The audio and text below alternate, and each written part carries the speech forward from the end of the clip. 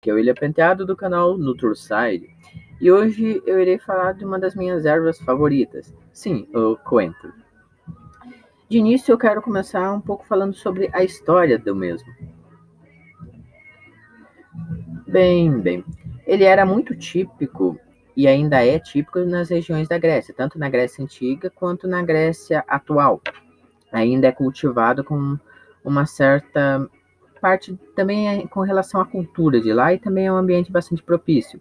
Mas no caso dos egípcios e romanos, todas essas civilizações mais antigas, elas também cultivavam muito, principalmente sobre isso, relacionado a essa erva, que em geral também é conhecida também como um condimento, mas na verdade o coentro em si ele é uma planta.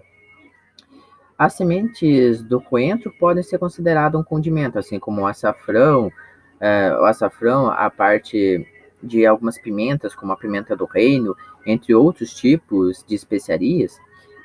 As sementes chamadas de coriandro seriam, por sua vez, o nome específico do condimento, que é retirado da seguinte planta, a Coriandro sativum. O que acontece? Essa é a planta que dá origem ao coentro. Basicamente, desta vai gerar o coentro, e do coentro você pode extrair as sementes, que é as chamadas coriandro. Também ela ganhou o nome durante algum tempo como salsa chinesa, até por causa da parte da localização dela, ou mexicana, mas na verdade ela não é algo tipicamente mexicano. Se vê muito mais o coentro se desenvolver em regiões do Mediterrâneo e Ásia Menor, a parte de Turquia ali, tanto que as regiões mais próximas, até em alguns lugares da Europa, que se aproximam muito da Ásia, tende a ter muito mais dessa planta. Mas o que interessa mesmo são os benefícios. Quercetina, caempeferol, ramenitin, epigenina. Esses daqui são flavonoides polifenólicos. Esses flavonoides, eles são basicamente antioxidantes poderosos. Eles te ajudam a melhorar e manter as suas células saudáveis por mais tempo, mantendo elas joviais por um período mais longo. Nós temos também a parte do potássio, que é excelente para o funcionamento do cérebro, é necessário para que as nossas sinapses ocorram de forma adequada, que a sinapse seria a comunicação entre os diversos neurônios do nosso cérebro. A relação do teor de cálcio, na verdade, as plantas em geral, elas têm muito cálcio. E é curioso, quando as pessoas falam que bebem leite para conseguir cálcio, só que da onde que esse cálcio é retirado? Sim, a vaca, ela come capim, e boa parte do cálcio é retirado das plantas.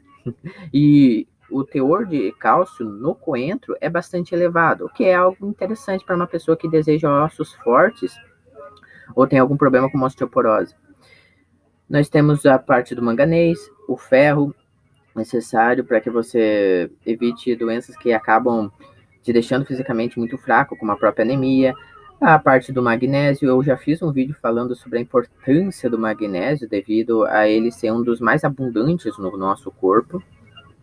Ele é necessário para que as nossas mitocôndrias, que são como se fossem os nossos motores, o motor das nossas células e, portanto, o nosso motor, ela produz a energia que é necessária, os ATPs, trifosfato de adenosina, como é chamado.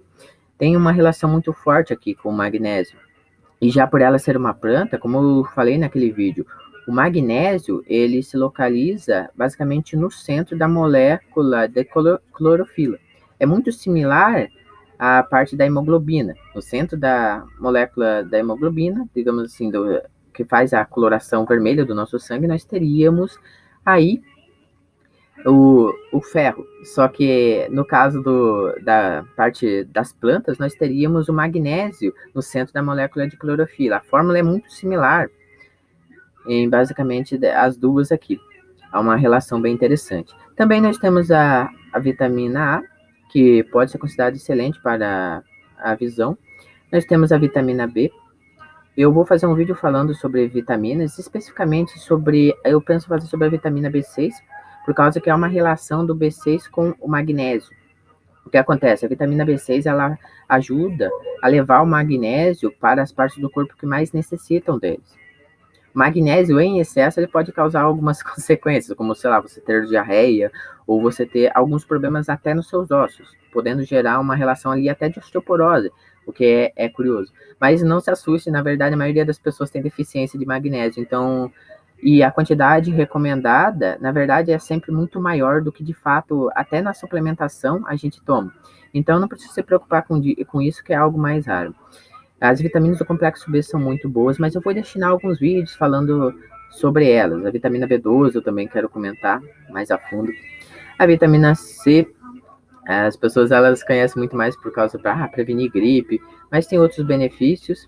Uma hora também eu me aprofundo um pouco mais, até mesmo naquela relação de vitamina C e problemas cardíacos. Se você tem uma grande quantidade, os problemas reduzem.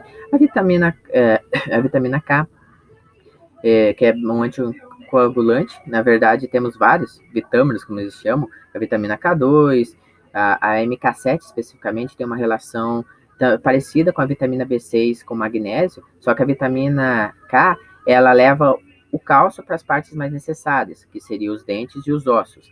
Então, há uma relação muito parecida da vitamina B6 com magnésio, da mesma forma que é uma relação do cálcio, do mineral cálcio, com a vitamina K, mas não a K comum, a K2, mais especificamente a MK7.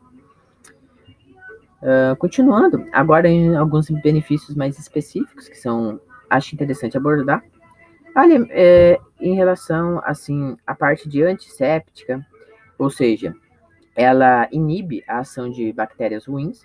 Então, se você tiver uma proliferação muito grande de bactérias ruins no seu intestino, ela faz uma redução dessas bactérias, ou basicamente você paralisa o processo. É isso. A parte de criar barreiras. A antifúngica, todas essas daqui tem uma relação entre si, mas a antifúngica, se você tiver alguma contaminação por fungo, ingerir alguma coisa, um queijo que embolorou, por exemplo, se você estiver comendo o coentro, você pode ter uma redução dos danos causados por esses fungos.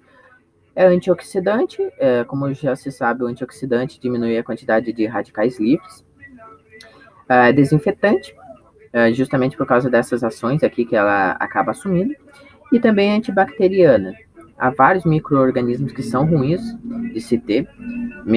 A microbiota intestinal é muito importante, mas se ela tem uma quantidade de bactérias danosas muito maior, exemplo, a própria salmonela é uma bactéria que pode te levar para o hospital. Se você tem uma quantidade desses tipos de bactérias no intestino, provavelmente você vai ser uma pessoa com a saúde muito debilitada, sendo que também temos a serotonina, que é um hormônio, na verdade, um neurotransmissor, perdão, que é, por sua vez, necessário para regular o funcionamento do seu cérebro inteiro, a parte emocional, a parte de desejo por alimentos, sejam eles alimentos ou muito gordurosos ou alimentos muito doces. Nós temos também aqui a questão do LDL. O LDL, ele, por sua vez, tem a atuação no nosso corpo. Ele é basicamente o HDL, só que tem uma relação sobre qual que vai para o nosso corpo e qual que do nosso coração para o nosso corpo e qual que volta do nosso corpo para o coração. O grande problema do LDL é que as moléculas deles, vamos dizer assim, do colesterol lipídio, no caso LDL, é que uma vez que ele oxide, ele ajuda a entupir as artérias. Mas não se associe com os colesteróis. Em geral, eles são bons para combater inflamações. Tanto quando você tem uma inflamação no endotélio, na parte mais interna dos seus vasos sanguíneos e suas artérias, são o colesterol que vai fixar ali. Geral, ele está lá para tentar combater essa inflamação que pode gerar problemas ainda piores. A inflamação em si, não o colesterol. O colesterol, nesse caso, ele é benéfico. Ele te protege de ter um problema ainda muito mais sério do que simplesmente aquela inflamação, que pode gerar até mesmo placas. E temos a relação da pressão, reduz pressão, ela é quelante. Em outras palavras, separa moléculas, nesse caso, metais pesados e toxinas do nosso corpo. A pressão nos olhos diminui se você tiver degeneração macular, se você tem catarata, não vai fazer milagre, mas ajuda. As glândulas endócrinas, basicamente metabolismo, catabólise e anabólise, crescimento e o decréscimo. Você pode engordar muito ou emagrecer muito de acordo. Seria isso. Muito obrigado.